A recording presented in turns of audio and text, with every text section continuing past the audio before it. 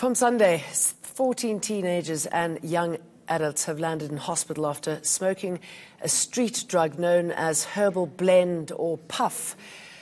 September court judgment legalized the cultivation and use of marijuana for private use. But what does this mean for our children who are now able to access it? Is there a link here?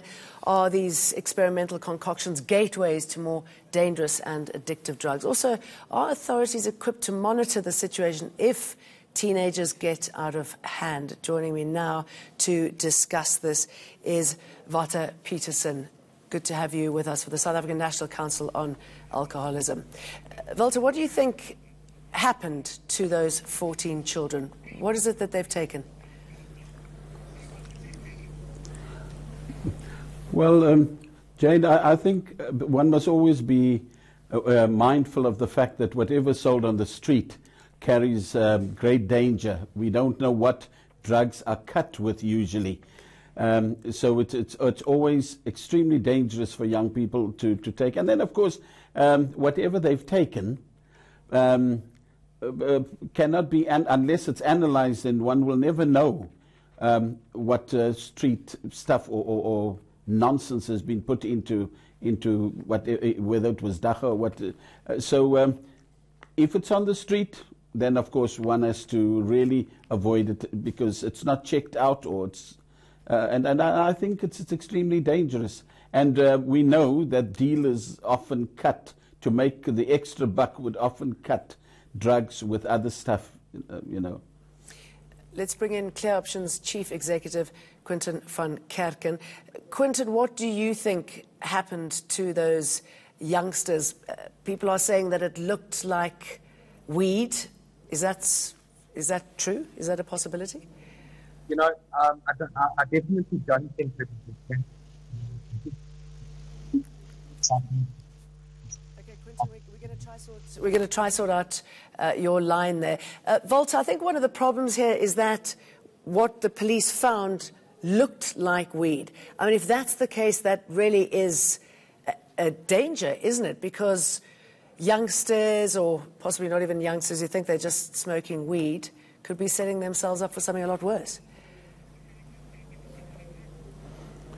Well, certainly. If it looks like weed, weed was probably one of the ingredients in that concoction. And if it was, then already we know that young people have cottoned on to the fact that because Concord said it's legal, they are now going out to smoke it. And it's, I suppose the other stuff in that concoction is easily disguised by the stuff that looked like weed.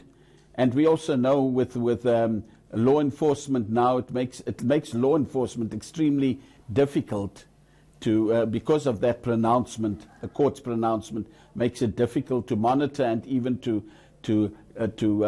enforce the law properly. So that was probably weed disguising other stuff as well.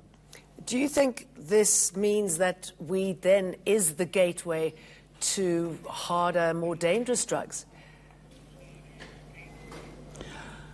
Well, Jane, I think weed has the tendency, if we look at dacha, it has the tendency to prepare young people for harder drugs. Once they're on weed, it makes them more vulnerable and easy to then progress to harder stuff. This is what we have found happening. And I think...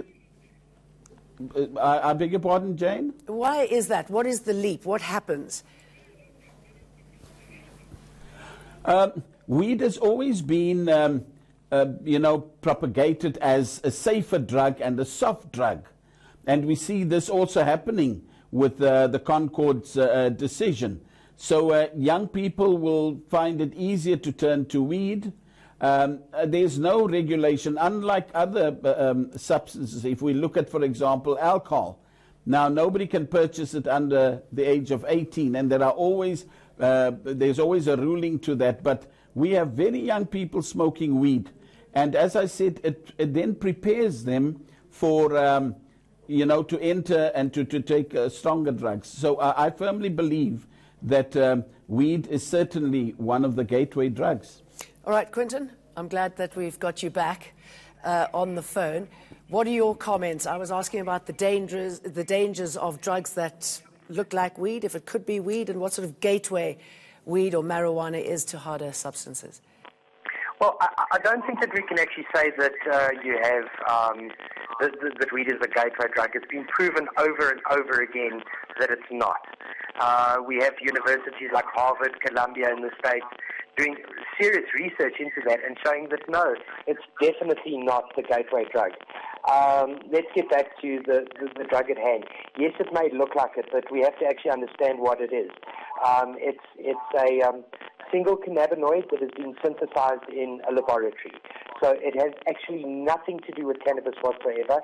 They have found one cannabinoid and they have synthesized that. And what they do is they then take that and they are going to need to wet it down in one way to actually get it onto the inert plant material that they use. And what they are doing is they need a solvent, and they use, most times they use acetone, which is nail polish remover, as a solvent with a single molecule, very unstable molecule, a cannabinoid, and then spray it over this inert plant material. Does it look like weed? I've seen it quite a number of times. No, not really. All right, so this synthetic weed, which looks like marijuana, and the fact that these children possibly bought the other ingredients from different shops, that opens up another worry, doesn't it? And, you know, as the former guest was saying, how do you police something like that? What do you look for? Look, I think what you have to look for is the general stuff. I had an interview earlier on, and I told parents to look out for. It looks like a condom wrapper. That's about the best I can say. It has different colorings. It's about the same size. There's various names: herbal blend, potpourri, puff. As you said, there's a number of different brands. What the parents would look for is something like that inside a green, dry, plant-like material. All right. And Walter, if you had a word of advice for parents and children at the moment, the fact that, you know, you can smoke marijuana, it's probably not a good idea to say it's a good thing to do. Well, Jade, I think if I have to advise parents, first of all, substance abuse needs to become part of family discussions.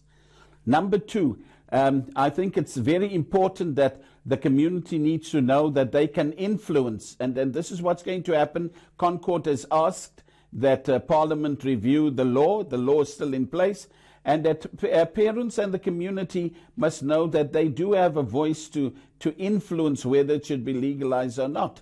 I firmly believe that more consultation needs to take place, more education regarding drugs need to take place, because if you advertise something, I'm just taking now what the previous speaker said, you know, it might look like weed. Now, why should something look like weed unless we want to attract that kind of clientele? So to parents, I would strongly recommend talk Clear about Options drugs. Chief Executive Quinton van Kerken and Sanke Director Walter Peterson with those last words there. That's our show for tonight. News is next.